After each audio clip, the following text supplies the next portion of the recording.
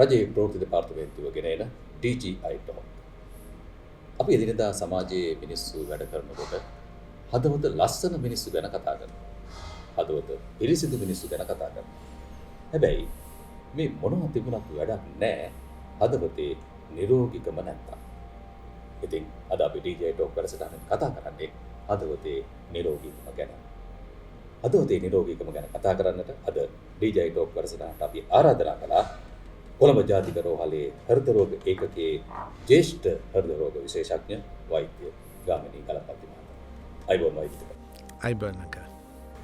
වෛද්‍යතුමනි, අපි මේ හදවත ගැන කතා කරනකොට මේ වෙනකොට ලංකාවේ හෘද රෝගීන් විදියට ගැනෙන රෝගීන් කොච්චරක් විතර ඉන්නවද? බොහොම හොඳ ප්‍රශ්නයක්. මට කෙලින්ම කියන්න තියෙන්නේ අපේ සංගණන වාර්තාම ගොඩක් අඩුයි කියලා. නමුත් මෙහෙම දෙයක් මට කියන්න පුළුවන්. හැම වසරකම අලුතින් හෘදයාබාධ හැදෙන රෝගීන්ගේ සංඛ්‍යාව 20000ක් පමණ වෙනවා. අපි කොහොමද මේක දන්නේ? දිවයින පුරාම සෑම රෝහලකටම acute heart attack කියලා එහෙම නැත්නම් අර ස්ට්‍රෙප්ටොකයිනේස් ටිනෙක්ටප්ලේස් කියලා ලේඩි ආරු කරන බෙහෙත දෙන රෝගීන්ගේ ප්‍රමාණය සාමාන්‍යයෙන් 16000ක් විතර එනවා.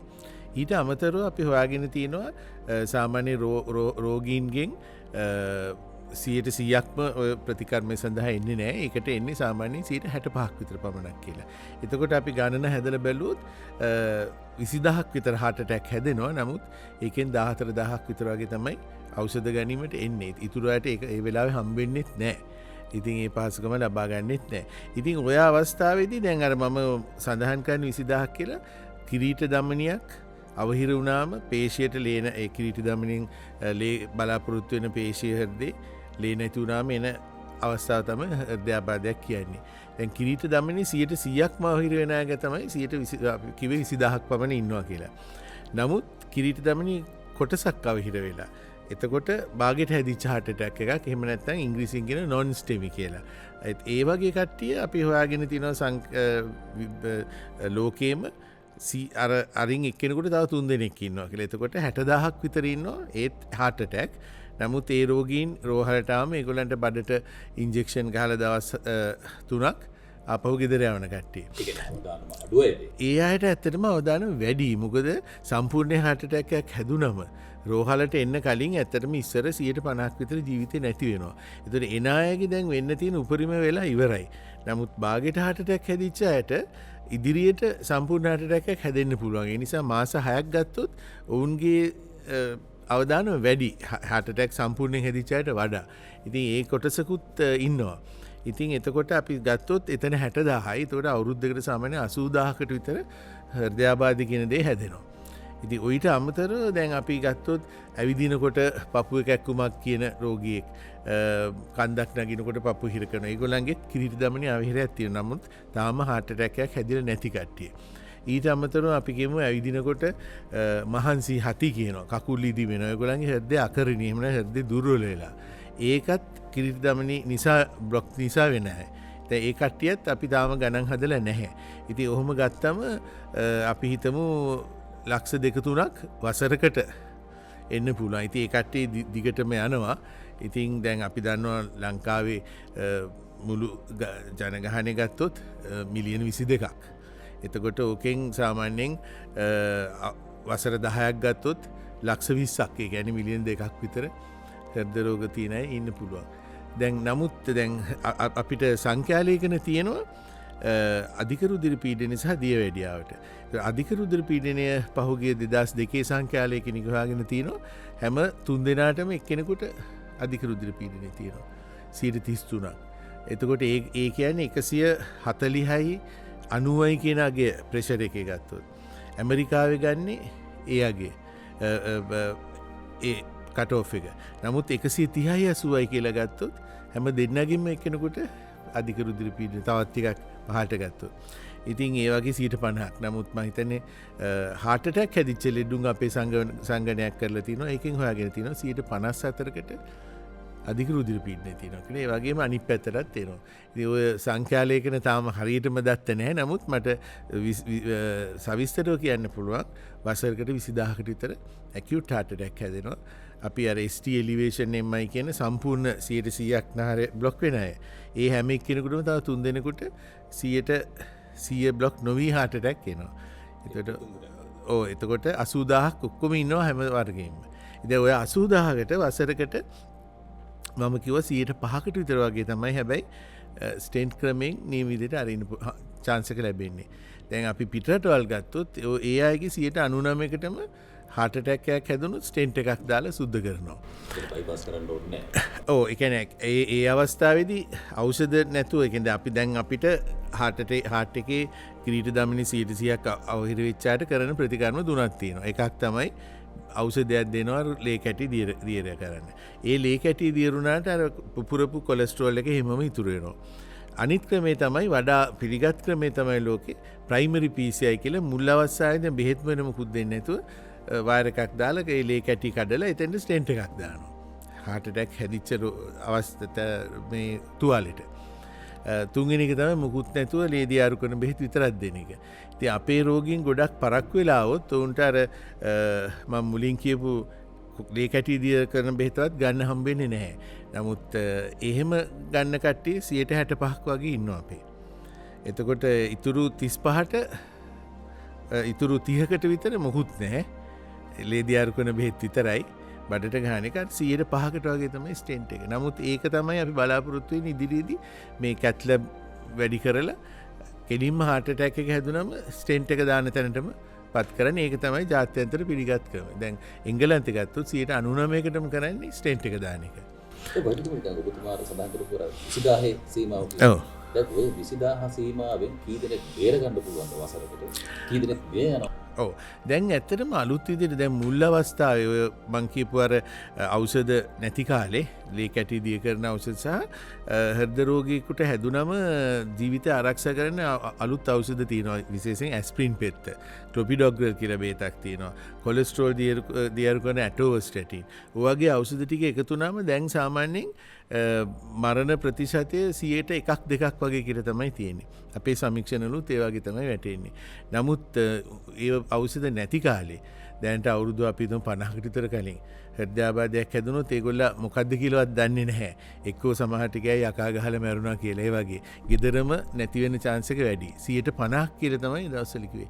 ඉතින් 50% ජීවිතේ නැති වෙන තත්ත්වෙද අපි දැන් 5%ටත් අඩු තත්වකට ඇවිල්ලා තියෙනවා. එතනනුත් විශේෂම දේ තමයි හෘදයාබාධයක් මුලින් අඳුනාගත්තොත් මුල් පැය 48 ඇතුළත හෘදේ නවතින්න chance එක වැඩි. ඉතින් එතකොට දැඩි සත්කාරයක බලා ගන්න ඕනේ.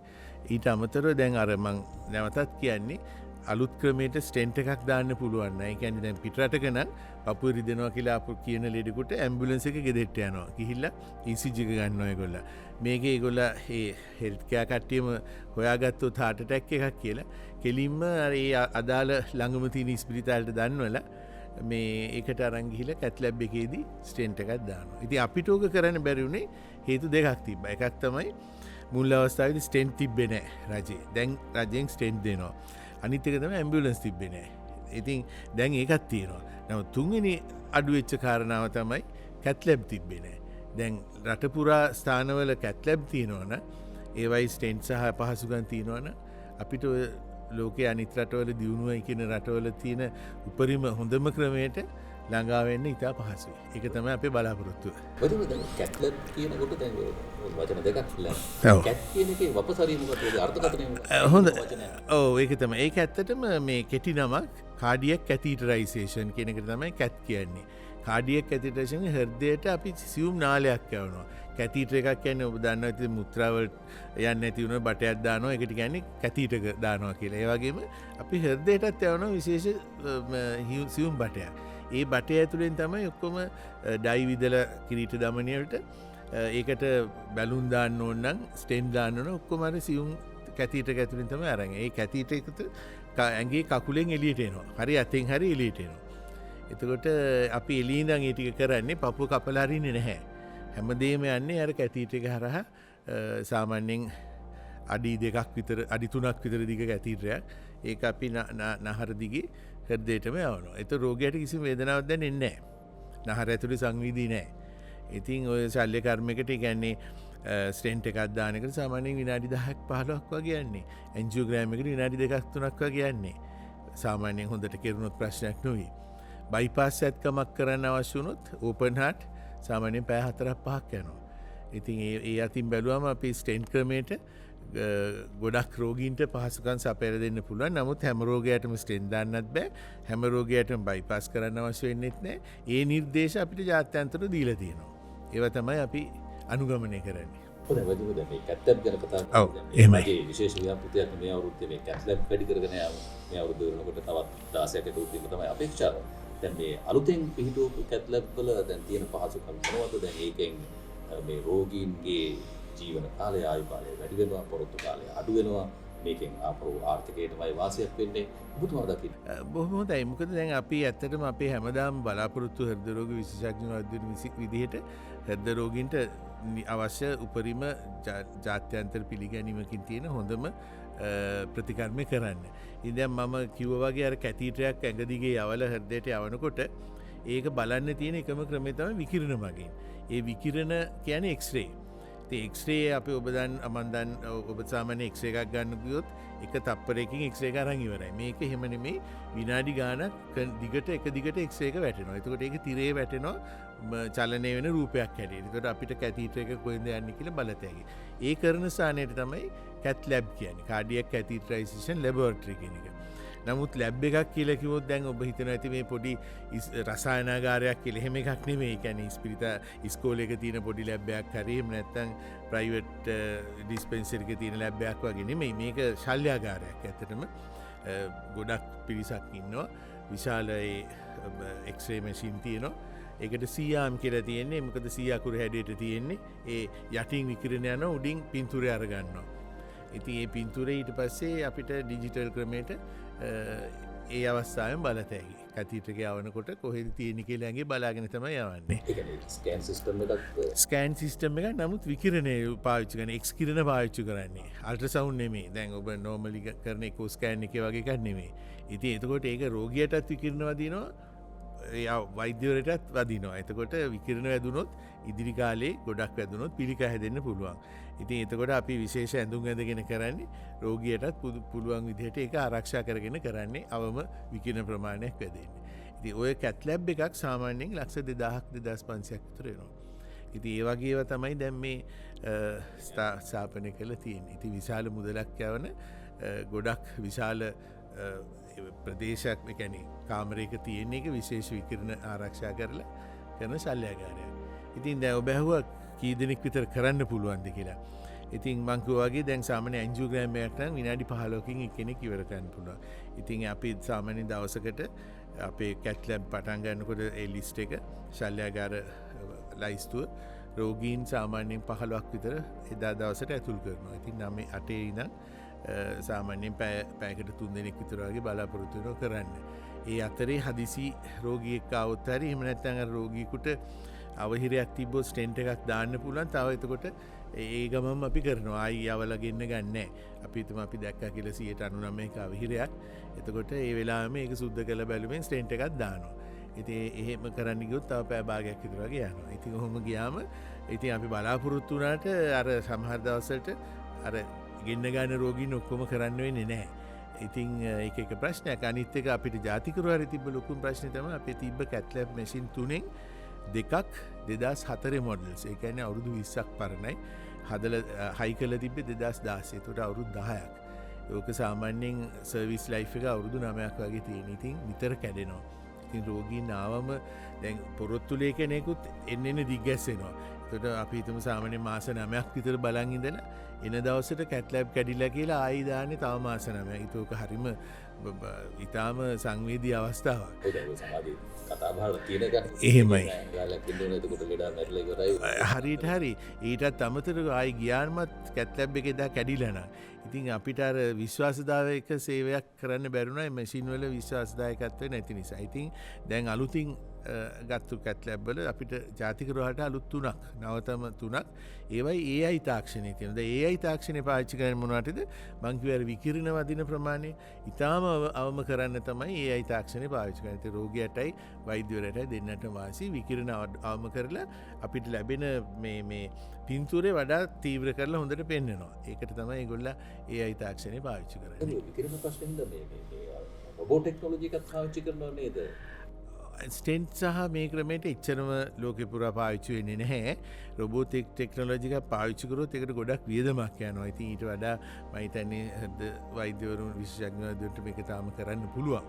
ඉතින් ඇන්ජියෝග්‍රෑම් එකක් ඒ වගේ දෙයක් කරන්න අවශ්‍ය රෝගීන්ට කරලා ස්ටෙන්ට් එකක් දාන්න අවශ්‍ය. දැනට නම් ගොඩක් 99%ක්ම වෛද්‍යවරයෙක් විසින්මයි කරන්නේ.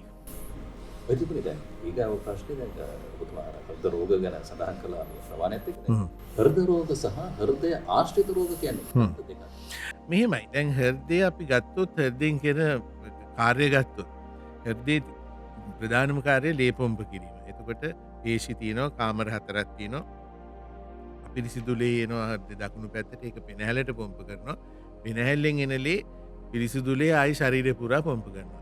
ඉතින් ඒක කරන්න හෘදයේ පේශිය තියෙනවා. ඊට අමතරව හෘදේ කපාට තියෙනවා. කාමර දෙකක් අතර එකකින් ඊළඟ කාමරයට යන ලේ සංකෝචනය කරනකොට ආපස්සට එන එක නවත්තන්න. ඒතර කපාට තියෙනවා. ඊට අමතරව ඕක ඔක්කොම වැඩ කරන්නේ විදුලි සංඥා මාර්ගයෙන්. ඒතර හැම අවස්ථාවකම යම් ප්‍රශ්න එන්න පුළුවන්. එතකොට උත්පත්තියෙන් එන්න පුළුවන් සංජානනීය ආබාධ. ඒ කියන්නේ කාමර දෙකක් අතර සිදුරු හැදෙන්න පුළුවන්. එහෙම නැත්නම් නාර එකට වැරදිලා පිහිටෙන්න පුළුවන්. ඒක එක කොටසක්. ඊට පස්සේ හෘදේ කපාට ආශ්‍රිත ප්‍රශ්න එන්න පුළුවන්. ඔබ අහලා ඇති රුමැටික් කුණ කියලා ඉස්සර තිබ්බ සෙන්ගෙඩි හැදිලා පහු කාලීනව කපාට ඇලෙනවා. එතකොට කපාට ඇරෙන්නේ නැහැ. ඒ ප්‍රශ්නේ එන්න පුළුවන්. එහෙම නැත්නම් කපාට ලීක් වෙන්න පුළුවන්. ඒවා සංජානනීයවත් වෙන්න පුළුවන්. පහු කාලීනව රුමැටික් කුණ වගේ අවස්ථාවලදී එන්නත් පුළුවන්. ඒත් කපාට ප්‍රශ්න. ඊට පස්සේ අර හෘදේ පොම්ප කරන පේශියේ ප්‍රශ්න එන්න පුළුවන්. පේශිය දුර්වල වෙන්න පුළුවන්. එහෙම නැත්නම් පේශිය ඝනකම් වෙන්න පුළුවන්. එක අවස්ථාවලදී ඝනකම් වුණොත් ඇතුලෙන් එළියට ලේ රුධිරය තල්ලු කරන්න බෑ, බ්ලොක් වෙනවා. ඊට පස්සේ දුර්වල වුණොත් ඒත් හෘදය පොම්ප කරන්න බෑ. එතනත් හෘද අකරණීය කියලා කියනවා. ඊට අමතරව තව තියෙන මං විද්‍යුත් සංඥා මාර්ගයෙන් කරන්න කියලා ඒවයි ප්‍රශ්න આવොත් හෘදයේ වේගය අඩු වෙලා නවතින්න පුළුවන්. එහෙම නැත්නම් හෘදේ වඩා වේගයෙන් ගැහෙන්න පුළුවන්. ඔය ෆාස්ට් අවස්ථාවේදී ස්ලෝ අවස්ථාවේදී ඖෂධ සහ පේස් මේකර් කියලා පොඩි බැටරි හයි කරන්න අවශ්‍ය වෙනවා. ඉතින් ඔක්කොම ගත්තොත් හෘදය ආශ්‍රිත රෝග. නමුත් අපි මෙච්චර වෙලා කතා කරේ හෘදයේ පේශියට ලේ දෙන කිරීට ධමනි වල ප්‍රශ්න. දැන් රෝග ගත්තොත් ගොඩක්ම අපිට ප්‍රයෝජනවත් කිරීට ධමනි ආශ්‍රිත රෝග ගැන තමයි අපි කතා කරේ. හෘදයාබාධ සහ කැත්ලැබ් වලින් මේ ඒවා සුද්ධ කිරීම, ස්ටෙන්ට් කිරීම දැමීම. අටක් විදියට ශේෂ්ඨයක් විදියට අපිට මොනවද කරන්න පුළුවන්? බොහොම හොඳ ප්‍රශ්නයක්. ඇත්තටම අපේ අවසාන බලාපොරොත්තු තමයි ඔය හැම රෝගියෙක්ම වැඩි කාලයක් නොයව ඔවුන්ට අවශ්‍ය නියම ප්‍රතිකාරය දෙන එක. මොකද හෘදේ රෝග පිළිබඳ කල් මරමරා ඉන්න බෑ. මොකද තප්පර ගානින් හෘද නැති වෙන්න පුළුවන් රෝගියෙකුගේ ජීවිතේ. ඉතින් දැන් මං කිව්වා වගේ හැමෝටම ස්ටෙන්ට් දාන්න බෑ. ගොඩක් කට්ටියට බයිපාස් අවශ්‍ය වෙනවා. දැන් අපිට ලොකු ප්‍රශ්නයක් තියෙනවා. බයිපාස් වලට 8000ක් විතර වේටිං ලිස්ට් එකක් තියෙනවා. ඉතින් බයිපාස් ඇත්කම කරන්න තියෙන ලොකුම අඩුපාඩුව තමයි ශල්‍යාගාර සහ ICU නැති පහසුකම් නැතිකම. ඒ වෙනුවෙන් අපි බලාපොරොත්තු වෙනවා ඉදිරි වසර 50ට අවශ්‍ය ඔක්කොම පහසුකම් සපයන ජාතික හෘද රෝග මධ්‍යස්ථානයක් කියලා එකක් නැෂනල් හાર્ට් සෙන්ටර් කියලා ජාතික රෝහලේ ස්ථාපනය කරන්න. අලුත් මේකකයක් තට්ටු 14ක එකක්. ඒකේ විශේෂ අවධානය යොමු කරලා තියෙන හෘද රෝග වලටත් වඩා හෘද ශල්‍ය වෛද්‍ය ඒකක ගැන. උන්ට තට්ටු 4ක්ම දීලා තියෙනවා. ඊට පස්සේ ICU තියෙනවා, හෘද රෝග ඒකක තියෙනවා. අර මං සඳහන් කර හાર્ට් එකට බැටරි හයි කරන උන්ට තට්ටු දෙකක් තියෙනවා. ඒ වගේ ඉතින් විශේෂ ස්ථානයක්. මං හිතන්නේ ඒකට අපිට දැන් ගිය බජට් එකෙන් සල්ලි පාස් වෙලා තියෙනවා. දැන් ළඟදීම ඒක ආරම්භ කරන්න ස්ථාපනය කිරීම පටන් ගන්නවා. මුල්ගල තියන්න මං හිතන්නේ බලාපොරොත්තු වෙනවා මේ අවුරුද්දේ නොවැම්බර් වලට කලින් අර ඔක්කොම අවශ්‍ය ටෙන්ඩර් දාලා. ඒක කරන්නේ ජාතික රෝහලේ ඇතුළෙමයි දැනට හෘද රෝග එකකේ තියෙන තැනමයි පුංචි පොරැල්ලේ. අලුත් ආරංචියක්. බොහොම හොඳ දෙයක්. තට්ටු 14ක මහිතනිස දකුණු ආසියාව තින හොඳම හෘද රෝග එකකයක් තම අපි ස්ථාපනය කරන බලාපොරොත්තින අවසානයේ ඉදිරි අවුරුදු 50ට අවශ්‍ය පහසුකම් ඒ සඳහා පුරෝගතනය කළ තියෙනවා. දැනට අපි පාවිච්චි කරන්නේ අවුරුදු 50ක් විතර පරණ ඒවා. ඒකයි අපිට ඒ දැන් ඉන්න රෝගීන්ගේ ප්‍රමාණයට පහසුකම් දෙන්න අමාරු වෙලා තියෙන්නේ. දැන් මේ රෝගයක් වැළඳනවට වඩා රෝගයක් අපි වලදී ඉන්න තත්ත්වයට පත් වෙනවා නම් හොඳයි නේද? ඒක රෝගයකින් වැළකෙන්නේ කොහොමද? හෘද රෝග. අනිත් තව ප්‍රශ්නයක් තමයි අපේ තාරුණ්‍ය අතර ව්‍යායාම කරන පිළිසක් ඉන්නවා, ජීම් යන පිළිසක් ඉන්නවා, මානසික ගෙන්නේ මොකද හැදෙන්නේ නැහැ කියන විශ්වාසයෙන් අය ඉන්නවා. හැබැයි ඒ අයත් හෘද රෝගයකින් මේ යනවා. හරියට හරි.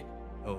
දැන් දත්තනු හොයාගෙන තියෙනවා අපි ආසියානු සම්භවයක් දෙන අයගේ ගොඩක් දුරට කොලෙස්ටරෝල් තැන්පත්වීම වැඩි කියලා. ඔවුන්ගේ ජානමය බලපෑමක් තියෙනවා කියලා. එතකොට අඩු වයසෙන් heart attack හැදෙන chance එකක් තියෙනවා. ඉතින් වළක්ව ගන්න සාමාන්‍යයෙන් අපි හෘදයාබාධයකට අවදානම් හේතු කියලා කියන්නේ අධික රුධිර පීඩනය, දියවැඩියාව, කොලෙස්ටරෝල් වැඩිවීම, එහෙම නැත්නම් මේ බර වැඩිවීම, වැඩි ක්‍රියාශීලී නොවීම සහ ධූම්පානය. ඉතින් ওই තත්ත්ව ටික ගත්තොත් වලක්ක ගත්තොත් ඇත්තටම හෘද රෝග වලක්ක ගන්න පුළුවන්. ඉතින් ඊට අමතරව වඩාම වැදගත් දේ තමයි තමන් ඔබ කිව්වා වගේ නිරෝගීව එක තැන ඉන්නේ නැතුව ආහාර පාලනය කරලා බර පාලනය කරලා ක්‍රියාශීලීව ඉන්න එක. එහෙම ඉන්න අතරේ තමන්ට යම්කිසි රෝග ලක්ෂණයක් දැනෙනවා නම් කපුවේ කැක්කුමක් හරි හතියක් හරි අපි හිතන්නේ නරකයි මේක ગેස්ට්‍රයිටිස් එකක් හරි මේක පේශි කැක්කුමක් හරි කියලා සුදුසුකම් තියෙන හෘද රෝග වෛද්‍යවරයෙක් හම්බුනම ඔවුන්ට පුළුවන් ඊටාම නිවැරදිව කියන්න මේක හෘද රෝගයකට එන රෝග ලක්ෂණයක්ද ગેස්ට්‍රික් එකක්ද පේශි කැක්කුමක්ද. අපි විශේෂයෙන් පාවිච්චි කරන්නේ ECG පටියක් සහ ලේ පරීක්ෂණ තියෙනවා හදිසියෙ එන කැක්කුමක් නම් ඒ වෙලාවේ heart attack එකක්ද කියලා බලන troponin කියලා. ඊට අමතරව echo scan එකක්, exercise ECG, CT angiogram වගේ පරීක්ෂණ ගොඩක් තියෙනවා. ඉතින් ඕ ටික ඉවරනකොට අපිට කියන්න පුළුවන් නිවැරදිවම මේ රෝග ලක්ෂණය හෘදයෙන් එන එකක්ද, කිරීට දමනය ආශ්‍රිතව භයානක එකක්ද, එහෙම නැත්නම් මතු පිටින් එන නිකන් කැක්කුමක්ද කියලා. ඒක ශාරීරික යෝග්‍යතාවය හොඳටම පවත්වාගෙන ගියත් හෘද රෝගයක් තියෙන්න පුළුවන්. ඔව් මොකද ඒකෙන් අපි වළක්වන්න බෑ ජානමය ප්‍රශ්න සහ ආහාරයේ දියවැඩියා ප්‍රෙෂර් සමහරලාට අධික මානසික ආතතිය තියෙන කෙනෙකුට අර කොලෙස්ටරෝල් බැඳිච්ච එකක් පුපුරලා යන්න පුළුවන්. ඉතින් ඒක ව්‍යායාම කරොත් ඉතින් ගොඩක් හොඳයි. නමුත් අපි කියන්නේ පේශි වර්ධන ව්‍යායාම අපි සඳහන් කරන්නේ වෛද්‍ය විද්‍යාවේ මේ කාඩියක් වර්කවුට් ඒ කියන්නේ දවසකට විනාඩි 20ක් විතර චලන ව්‍යායාම. ඔව්. ඊට අමතරව සතියකට දවසක් දෙකක් කරන්න කියනවා පේශි වර්ධනත්. මොකද ඒකෙන් පෙන්නලා තියෙන ජීවිත කාලේ දික් වෙනවා කියලා අර විශේෂයෙන් වයසට යන අයට වැටිලානේ ගොඩක් අය මැරෙන්නේ. එතකොට ඒ තමන්ගේ පේශිය සහ පේශි වල ශක්තිය වැඩි කිරීමෙන් වැටෙන ප්‍රවණතාවය සහ බැලන්ස් එක පාලනය කරගන්න පුළුවන්. අද අපි කතා කරේ හදවතේ නිරෝගීකම රැකගන්න රටක් විදියට සෞඛ්‍ය ශේෂ්ත්‍රයක් විදියට අපි මොනවද කරලා තියෙන්නේ, කළ යුත්තේ මොනවද කියන එකයි අද අපි DJ Talk කරසටහනෙන් කතා කරේ. අපිට එක සම්බන්ධ වුණේ DJ Talk කරසටහනට කොළඹ ජාතික රෝහලේ හෘද රෝග ඒකකයේ ජ්‍යෙෂ්ඨ හෘද රෝග විශේෂඥ වෛද්‍ය ගාමිණී දලපති මහතා. ඔබතුමාට බොහොම ස්තුතියි.